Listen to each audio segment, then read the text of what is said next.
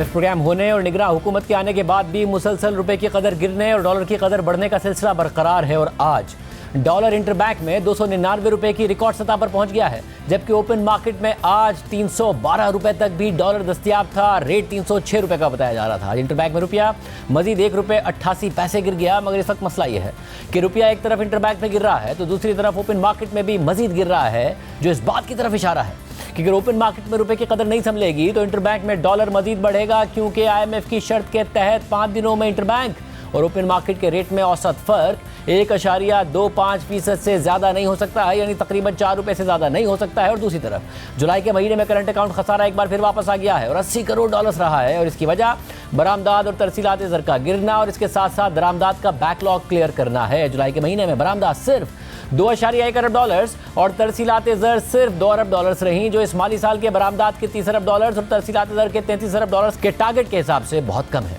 दूसरी तरफ हुकूमत ने पूरे साल के लिए FBR के रेवेन्यूज़ में 30% इजाफे का टारगेट रखा है, मगर जुलाई के महीने में FBR के रेवेन्यूज़ में महज 17% की ग्रोथ नजर आई है, जो माली साल के पहले महीने के लिए अच्छा आगाज़ नहीं है। बात करेंगे मौसी तजियाकार खुर्रमशिद साहब हमारे साथ मौजूद। खुर्रमशिद साहब बहुत शुक्रिया। मुसलसल रुपए पर प्रेशर है ओपन मार्केट में भी, फिर हमें नज़र आ रहा है कि वो फॉलो हो रहा है इंटरबैंक में भी। ये क्या वजूहात नज़र आती हैं? शुक्रिया शाहजेब। देखें, सबसे बड़ी जो प्रॉब्लम है ये जो स्ट्रक्चरल बेंचमार्क है 1.25% का, कि आप जो है ओपन मार्केट का जो रेट होगा वो तकरीबन 1.25% गैप के साथ होगा इंटरबैंक का। ये इन इटसेल्फ जो है वो सही स्ट्रैटेजी नहीं है, सही पॉलिसी है। ये कह लें कि इस बेंचमार्क को रिवाइज करना होगा, रिविजिट करना होगा IMF के साथ। उसकी वजह यह है कि अगर आप ओवरऑल पूरे साल की हमारी फाइनेंसिंग नीड्स देखें तो वो 35 अरब डॉलर हैं, यानी कि 22-23 अरब डॉलर का आपने जो है वो कर्जा अदा करना है बैरूनी, और उसके साथ तकरीबन कोई 10-11 अरब डॉलर का आपको बिलियन डॉलर्स चाहिए आपको, जो कि आपको इकॉनमी रन करने के लिए चाहिए। करंट अकाउंट डेफिसिट करना पड़ेगा, जिसकी वजह से इकॉनमी जो है अपने पैरों पर खड़ी होगी। तो ये अगर टोटल 35 बिलियन डॉलर की रिक्वायरमेंट है तो नेट रिक्वायरमेंट पर डे निकलती है 95 मिलियन डॉलर्स, यानी कि डिमांड जो है आपकी डॉलर की वो 95 मिलियन डॉलर्स पर डे की है। और ओपन मार्केट की अगर आप डिमांड देखें तो रफली 4 से 5 मिलियन डॉलर्स तक आ गई है। ये पहले होती थी कोई 10-15 मिलियन डॉलर्स, अब कम हुई है पिछले 2-3 महीनों में। तो मेरा पॉइंट ये है इसमें कि 95% अगर इंटरबैंक जो है मार्केट में डिमांड है डॉलर की, तो जो रेट है वो ओपन मार्केट टू ड्राइव कर रही है, क्योंकि ओपन मार्केट में भी 2 मार्केट्स हैं। एक तो वही हवाला हुंडी की मार्केट है, दूसरी इनफॉर्मल मार्केट इटसेल्फ है जो ओपन मार्केट है। तो प्रॉब्लम ये है कि अगर ओपन मार्केट ड्राइव करेगी 95% जो वॉल्यूम कर रहा है उस मार्केट को, तो आपके यहाँ ये रेट रुकेगा नहीं, ये अननेसेसरीली जो है वो डिवैल्यूएशन होती जाएगी, जो कि हमें इतनी रिक्वायर्ड भी नहीं है। ये बात ठीक है, मगर जो 1.25% IMF ने रखा वो इस वजह से रखा कि पहले इंटरबैंक को मैनेज किया जा रहा था, गवर्नमेंट इंटरवीन करती थी, जिसकी वजह से ओपन मार्केट इंटरबैंक का फर्क बढ़ गया, रेमिटेंसेस हमारी मुसलसल गिरना शुरू हो गई। और अभी भी हम देख रहे हैं ना रेमिटेंसेस का नंबर अच्छा है ना एक्सपोर्ट्स का अच्छा है, तो वो भी हमने देखा है कि आर्टिफिशियली जब मैनेज करने की कोशिश करते हैं तो उसका भी नुकसान होता है।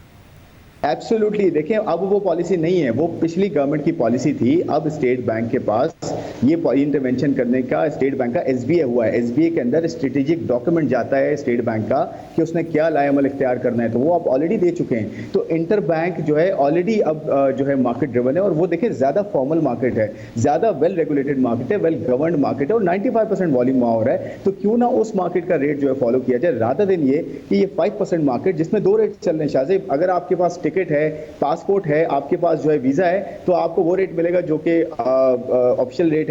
अगर आपके पास ये सब चीजें नहीं है तो आपको 6-7 रुपए 8 रुपए ऊपर रेट मगर अगर ऐसी कंडीशन रख दें कि जो ओपन मार्केट फॉलो करेगी इंटरबैंक को, तो फिर जो ग्रे मार्केट है वो दोबारा पैदा हो जाएगी, फिर 3 मार्केट्स होंगी, इंटरबैंक, ओपन मार्केट और ग्रे मार्केट।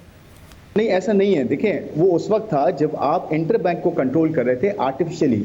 आज आर्टिफिशियली कंट्रोल नहीं कर रहे, क्योंकि देखें इंपोर्ट्स खुल रही हैं, आपका रुपया वीक रहेगा, ये बात ठीक है। 6 अरब डॉलर की आपको डेट की सर्विसिंग भी करनी है अगले 6 महीनों में, फिर आपके LCs रिटायर हो रही है, फिर आपके डिविडेंड पेमेंट्स भी होनी है, तो रुपया वीक रहेगा। लेकिन जो एक्सेसिव वीकनेस है ना, इस वजह से कि क्योंकि ओपन मार्केट में आप डॉलर को आपने सही गवर्न नहीं किया हुआ, और मैनिपुलेशन भी हो रही है, होर्डिंग भी हो रही है, और साथ में 2-2 रेट्स चल रहे हैं, तो उसको तो कंट्रोल करेगी। उसकी वजह से ओपन इंटर बैंक को फॉलो करना पड़ेगा। अगर इंटर बैंक फॉलो नहीं करती तो वही होगा शाहजेब कि रेमिटेंसेस फिर ओपन मार्केट में उतरना शुरू हो जाएगी, हवाला हुंडी मार्केट और मजीद बढ़ जाएगी, स्मगलिंग शुरू हो जाएगी। तो आपको स्ट्रेंथन करना है इंटर बैंक मार्केट को, उसको आपने डिमांड सप्लाई बेस करना है, वो सही मार्केट है। उसकी वजह से ये मार्केट भी रहेगी जैसे पहले होता था। लेकिन जो बीच में पैच आया था ये बेसिकली इसलिए था कि इंटर बैंक को कंट्रोल किया जा रहा था, अब नहीं कंट्रोल किया जा रहा। तो मेरे ख्याल में इस पॉलिसी को रिविजिट करना चाहिए। अदरवाइज आप ये देखेंगे बहुत ज्यादा रुपये जो है वो डिवैल्यू हो जाएगा। आपके दो इसमें आउटकम्स होंगे, इन्फ्लेशन आपकी रुकेगी नहीं, 42% इन्फ्लेशन कंट्रीब्यूट होती है इंपोर्ट प्राइसेस की वजह से। और अगर ये डिवैल्यूएशन चलती रहे और इंटर बैंक अगर ओपन मार्केट को फॉलो करता रहा जो कि इनफॉर्मल मार्केट है, तो आपके यहाँ जो है ना डिवैल्यूएशन इतनी ज्यादा हो जाएगी आपके कर्जे बढ़ जाएंगे।